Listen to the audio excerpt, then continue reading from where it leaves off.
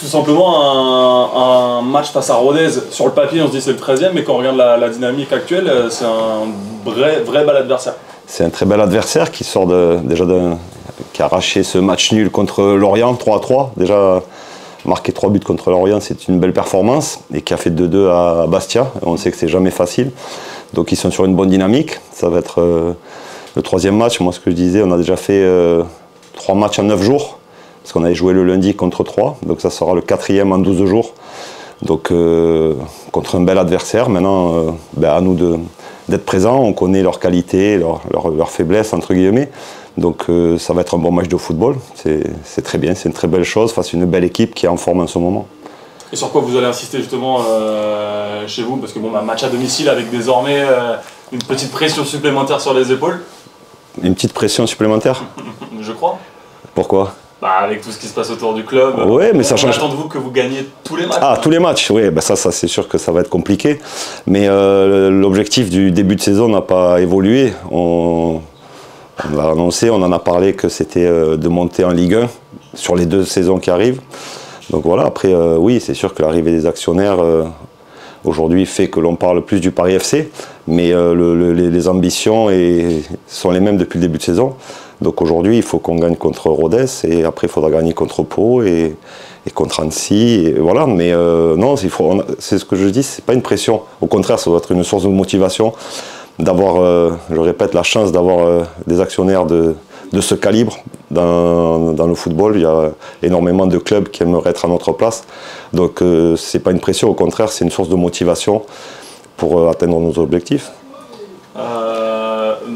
Malgré tout, oui, ce côté engouement, alors ça, ce qui est positif, oui. Alors, il y a la gratuité des billets, désormais peut-être les projecteurs sont encore plus braqués sur le club.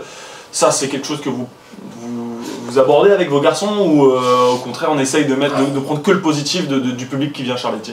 Ben non, au contraire, c'est la chose qui nous manquait un peu, d'avoir cette ferveur, d'avoir du monde à Charléty. Et j'espère qu'il y avait, je crois, 15 000 contre Grenoble.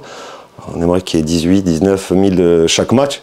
On fait ce métier pour ça, pour jouer dans des stades pleins, des ambiances, jouer le haut de tableau. Et c'est des pressions positives. Voilà, la pression, c'est quand on est en bas et qu'on est relégable et pas descendre. Là, aujourd'hui, c'est que du positif. On en a parlé avec les joueurs et voilà, on espère que ça va aller crescendo, qu'il y aura encore plus de monde, qu'on parlera encore plus de nous.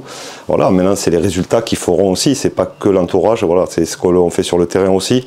Je pense qu'il y a eu la gratuité, il y a les actionnaires, mais il y a aussi sûrement le jeu qu'on propose parce que déjà, en fin de saison dernière, il y avait un engouement qui s'était créé avec la fin de saison, où il y avait quand même du monde à Charléty.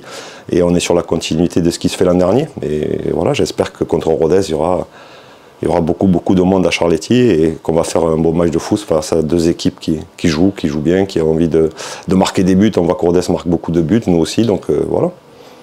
Vous sentez aussi personnellement qu'on vous parle plus de votre statut de coach du PFC désormais depuis quelques semaines c'est dans la continuité aussi de la montée en puissance sportive du club? Ouais, c'est la première fois qu'il y a RMC. Donc, j'étais jamais venu. Non mais voilà, c'est la première fois qu'il y a RMC, donc déjà c'est un signe peut-être. Mais oui, on est sûr qu'on est un peu plus sous le feu des projecteurs, mais ça ne change pas le travail au quotidien avec les joueurs. Et voilà, je répète, on fait ce métier pour ça, pas pour être sur les caméras, mais pour qu'on parle, pour qu'il y ait du monde, pour que les gens regardent les matchs et prennent du plaisir. Donc oui, aujourd'hui on parle, je pense qu'il n'y a pas un jour où on ne parle pas du Paris FC, que ce soit dans la presse écrite, dans les médias, sur les réseaux. Moi je trouve que ça c'est des sources de motivation, au contraire. Voilà. Et des garçons comme Max Lopez et Jean-Philippe Trasso, eux aussi ont connu entre les Belgrade, Marseille, etc. Saint-Etienne. Je pense qu'aussi il y a de la ferveur. Alors, du coup, eux aussi, est-ce qu'ils servent de relais dans ces moments-là? Évidemment, de base, vu leur CV, j'imagine que c'est des relais de base dans le club, dans l'équipe? Oui, bien sûr. Après, ils parlent entre eux dans le vestiaire, mais voilà, c'est des joueurs qui ont connu ça, qui connaissent cette pression, cette ferveur, plus de la ferveur que de la pression pour moi. Donc c'est sûr qu'avec les joueurs, ils ont une expérience et ils communiquent entre eux. Mais honnêtement, j'ai un groupe qui est assez serein là-dessus, avec des ambitions. Et ça ne change pas grand-chose. Voilà, on parle un peu plus, mais on est dans notre bulle, on sait où on veut aller, ce qu'on veut faire. Et ce qui est important, c'est d'arriver à performer à chaque match pour arriver à un résultat. Donc on est focalisé plus sur l'entrejeu, sur ce qu'on veut faire, et on a encore une énorme marge de progression, je trouve, par rapport à ce qu'on fait. Donc c'est là-dessus où on se concentre plus que tout ce qui se passe aux alentours. Bon, justement, cette marge de progression, si on parle purement terrain, c'est quoi? C'est marqué encore plus tueur encore dans la surface, même si évidemment un garçon comme Crasso sert à ça, j'imagine. C'est une bonne analyse, ouais. C'est vrai qu'on a fait... on manque un peu de justesse, de spontanéité. Je pense qu'on devrait marquer peut-être un peu plus de buts. Mais voilà, c'est un axe de progression. Je trouve que défensivement, par rapport, on est quand même un jeu où on s'expose. Et sur tout ce qui est défense préventive, anticipation et concentration, on a progressé. Malgré que, bon, quand même, contre Amiens, on a un gardien, et il sert à ça, qui nous a fait 2-3 super arrêts. Mais en première mi-temps, je pense sur les 15-20 premières minutes, on aurait pu peut-être marquer un but. Et aussi à la fin, sur les 30 dernières, où on a 4-5 situations. Mais après, c'est comme ça, c'est un axe d'amélioration, il faut continuer à travailler. Il y a des joueurs qui sont arrivés en début de saison. Il y a énormément de principes dans le jeu, dans tout ce que l'on veut mettre en place. Donc après, il faut qu'il y ait des complémentarités, des connexions, et que chaque joueur arrive à se découvrir. Et par rapport aux positions aussi, savoir comment... Voilà, les situations, on peut gagner du temps, mais sinon c'est déjà quand même cohérent ce qu'on fait. Voilà, mais on veut toujours aller plus loin, plus haut et repousser les limites. Et mine de rien, bon, après quelques 3 mois de compétition, il y a des marges de progression, mais vous êtes quand même très bien placé. On sait que les barrages, malheureusement pour le PFC, c'est toujours un peu peut-être délicat. Damoclès. Ouais. Voilà. Donc pour l'instant, pour vous, là, est-ce que c'est la saison idéale, comme vous l'étiez imaginé peut-être l'été dernier? Oui, c'est un départ idéal. Maintenant, on sait que c'est un championnat très compliqué. On voit mardi que tout le monde peut battre tout le monde. On sait que si on n'est pas à 100%, c'est compliqué. Donc c'est un début de saison très prometteur. Maintenant, c'est ce que je dis, que ce soit dans notre jeu ou quoi, c'est l'endurance qui compte. C'est pas faire des coups, être irrégulier, voilà, continuer à être performant, mais endurant dans tout ce qu'on fait, que ce soit sur l'aspect psychologique, dans le jeu, défensivement, et ça c'est surtout sur l'aspect mental, d'être en capacité pendant 34 journées de répondre à chaque match, être présent sur tous ces aspects. Donc c'est un bon début, mais il reste encore beaucoup de chemin à faire avant d'espérer arriver tout en haut.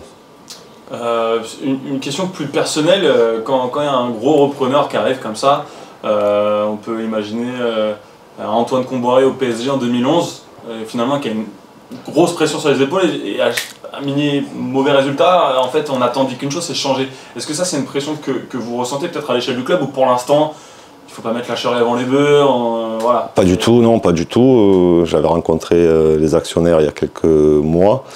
Mais après, on sait que dans ce milieu, on est jugé au résultat. Donc, non, moi, je fais mon travail comme si j'allais rester ici pendant 6 ans, 7 ans, le plus longtemps possible. Après, on connaît le football, mais j'ai aucune pression là-dessus. Je fais le maximum, je prends du plaisir. Il ne faut pas oublier quand même que le football, c'est prendre du plaisir. Et je pense que ce qu'on est en train de vivre avec ce groupe, c'est qu'on prend du plaisir à jouer les matchs, on prend du plaisir à l'entraînement.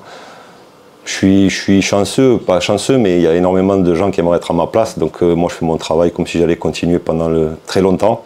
Et puis après on verra, mais ça ne me met aucune pression. Oui, parce que je vais chauffer la place peut-être pour un gars plus connu. Non, vraiment pas. C'est pas quelque chose qui m'empêche de dormir. C'est pas quelque chose. Voilà, non. Après c'est le football, même sans actionnaire, des fois, les entraîneurs changent, donc non, pas du tout. Après il faut être voilà. Il y a des choses qu'on a mis en place. J'avais présenté il y a 1 an et demi un projet.